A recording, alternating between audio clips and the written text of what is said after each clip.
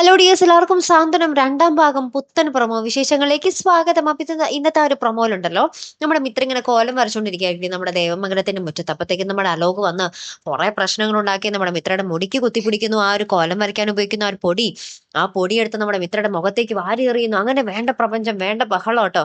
അതിനുശേഷം നമ്മുടെ ആര്യൻ വന്ന് നമ്മുടെ മിത്രയെ രക്ഷിക്കുകയാണ്. അപ്പം ആര്യൻ ഇങ്ങനെ മിത്രയുടെ കണ്ണിൽ നിന്ന് മുടിയിൽ നിന്നൊക്കെ ഇങ്ങനെ പൊടിയൊക്കെ തൂത്തെടുത്ത് ഇങ്ങനെ ഇരിക്കുകയാണ്. അപ്പം മിത്ര ഇങ്ങനെ നമ്മൾ ആര്യനെ കെട്ടിപ്പിടിച്ചോണ്ട് ഇങ്ങനെ കണ്ണിലേക്ക് തന്നെ നോക്കിക്കൊണ്ടിരിക്കുക.